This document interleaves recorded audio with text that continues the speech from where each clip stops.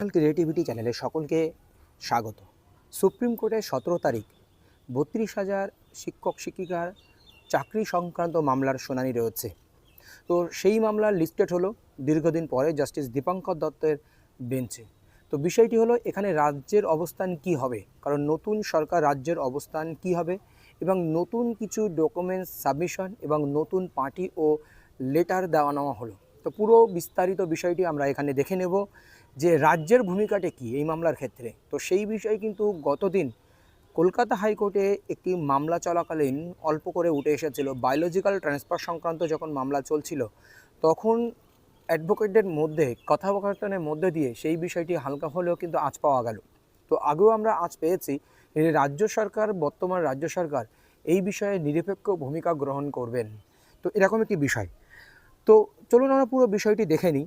Diary number 12292026 Swapna Baidya versus West Bengal board of primary education, case number এত, senior present লিস্টে 17/8/2024, honourable mister justice Dipankar Datta, honourable justice Sheel নাগুই। Serial number 46-এ মামলাটি listed হয়েছে। বেশ দুটি মামলা এখানে রয়েছে। কোড নাম্বার 7 এই মামলাটি লিস্টেড হচ্ছে শুনানির জন্য। তো বিষয়টি এখানে একটি বিষয় আপনাদেরকে অবগত করাই প্রথমেই, যে এখানে গতদিন সারপ্লাস মামলা চলাকালীন বায়োলজিক্যাল সারপ্লাস মামলা যখন শেষে জাস্টিস ডেট দিচ্ছিলেন যে 17 তারিখে মামলাটি লিস্টেড থাক, সেই 17 তারিখে মামলাটি শুনানি হবে। কিন্তু সেখানে আশেপাশে যারা উপস্থিত ছিলেন, যে উপস্থিত ছিলেন সুদীপ্ত দাশগুপ্ত, অব্র সিনিয়র অ্যাডভোকেট অব্র কুমার মজুমদার স্যার উপস্থিত ছিলেন, আরও সরকারের পক্ষে অ্যাডভোকেট ছিলেন এবং যে সুবীর সান্যাল উপস্থিত ছিলেন, আপনারা দেখেছেন।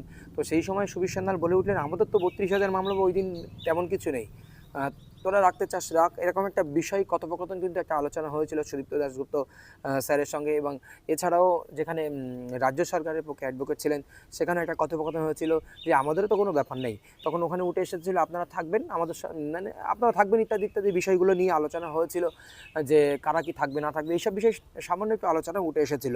তো আমরা কিন্তু সেটা লাইভ শুনানি চলাকালীন হালকা হলেও দেখেছি। এবং রাজ্য সরকারের ভূমিকা নিউট্রাল হবে কি রাজ্য সরকারের ভূমিকা থাকবে না, এটা কিন্তু আমরা সোশ্যাল মিডিয়ায় বিভিন্ন সময় বিভিন্ন তথ্য আমরা পেয়েছি।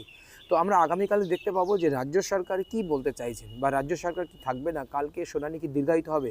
কালকে শুনানি দীর্ঘায়িত হওয়ার সম্ভাবনা কিন্তু আমার মতে কিন্তু কম, দীর্ঘায়িত শুনানি নাও হতে পারে, বা রাজ্য সরকারের স্ট্যান্ড কী, বা রাজ্য সরকারকে উপস্থিত থাকবে না, একটা বড় প্রশ্ন কিন্তু এখানে রয়ে যাচ্ছে। এইবার যে নোটিশ বা যে কপি বা লেটার সার্ভ হয়েছে সেইগুলো আমরা পুরোপুরি বিষয়টি দেখে নিই, কারা কবে কী সার্ভ করেছে। তো আমরা নিচের দিকে আসলে দেখব যে এখানে 12/8/2026 12/8/2026 এই 2-1 দিনের মধ্যে এখানে কিছু লেটার সার্ভ করা হয়েছে, ডকুমেন্টস টাইপ লেটার সার্ভ করা হচ্ছে। বিপিন কুমার গুপ্ত এন্টার্ড বাই, এখানেও লেটার সার্ভ করা হচ্ছে। মানে শুনানির জন্য বিভিন্ন পক্ষকে লেটার, বিভিন্ন পক্ষের অ্যাডভোকেটদের বা লেটার সার্ভ করা হচ্ছে, বা বিভিন্ন অথরিটিকে লেটার সার্ভ করা হচ্ছে। এছাড়াও যে বিষয়টি উঠছে যে প্রুফ অফ সার্ভিস প্রুফ করা হচ্ছে, আরজেডি ওকালতনামা অ্যান্ড মেমো অ্যান্ড অ্যাপিয়ারেন্স যারা পার্টি ছিল না এর আগে, তারা সেই মামলায় অংশগ্রহণ করবে থার্ড পার্টি হিসাবে, বা তাদের কোনো কিছু বক্তব্য রয়েছে তার জন্য ওকালতনামা তারা জমা দিয়েছে অ্যাপিয়ারেন্সের জন্য, নতুন করে যাতে তাদের অ্যাপিয়ারেন্স করার সুযোগ দেওয়া হয় সেই ওকালতনামা তারা জমা দিয়েছে 11/8/2026। আর মামলার শুনানি 17 আগস্ট, আপনারা জানেন, পুরো বিষয়টি দেখলেন। তো সরকারের ভূমিকা সবচেয়ে গুরুত্বপূর্ণ এখানে। সরকার কি মতামত দিয়েছে, সরকার কি 32,000-কে বাঁচাতে চাইছেন, কারণ এখানে অনেক টুইস্ট রয়েছে, রাজনৈতিক অনেক প্রেক্ষাপট রয়েছে, সেটা এখানে ইউটিউব বা সোশ্যাল মিডিয়ায় বলা ঠিক হবে না, আমরা সরাসরি জানতে পারবো। আর এই মামলা বিশেষ কিছু হওয়ার সম্ভাবনা কিন্তু খুবই কম থাকতে পারে, আবারও বলছি। আর কারণ এই মামলা দীর্ঘদিন ধরে শোনা হচ্ছে, বিভিন্ন গ্রাউন্ড রয়েছে, কিন্তু যে জাস্টিসের ঘরে পড়েছে সেই জাস্টিসের ঘর নিয়ে একটু চিন্তা থাকতে পারে, কারণ উনি প্রাইমারি টেট দিতে হবে 2011 সালের আগে টিচারদের, বা যারা টেট পাস নেই, এরকম একটা বিষয় চিন্তা থেকে যাচ্ছে, বা উনি নিজেই এগিয়ে এসে বলেছিলেন যে এরকম একটি বিষয় আমি শুনবো, এরকম টুইস্ট কিন্তু থেকেই যাচ্ছে। তো আগামী 17 তারিখ অবশ্যই আপনাদের সঙ্গে কি হলো অবশ্যই শেয়ার করা হবে, 32,000 মামলা, এবং অবশ্যই আমার চ্যানেল থেকে লাইভও শেয়ার করা হবে, আপনারা সঙ্গে থাকবেন, অবশ্যই শেয়ার করব। আর আপনাদের যদি কোনো মতামত থাকে অবশ্যই শেয়ার করুন। এই হচ্ছে আপডেট। আর একটি কপি, কোর্টের যে কপিটি রয়েছে যেটা কজ লিস্ট, সেটাও আমরা একটু দেখে নিই, চলুন। 10টা 30-এ কোর্ট এখানে বসে justice Dipankar Dutta and justice Sahil Nagi, court number 7। এবার মামলাটি আপনাদেরকে বলেছিলাম যে 46 নম্বরে লিস্টেড হচ্ছে, এখানে 2টি মামলা লিস্টেড হচ্ছে, শুধু একটি মামলা নয়।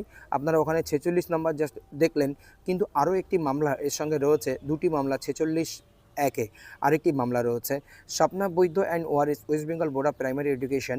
তো এই মামলাটি কোন স্টেজে রয়েছে? After notice for admission and civil cases আন্ডারে রয়েছে। আর 46(1) প্রতীক Das and Warsi versus the West Bengal board of primary education, এই দুটি মামলা কিন্তু আগামী 17ই আগস্ট শুনানি হতে চলেছে। ধন্যবাদ।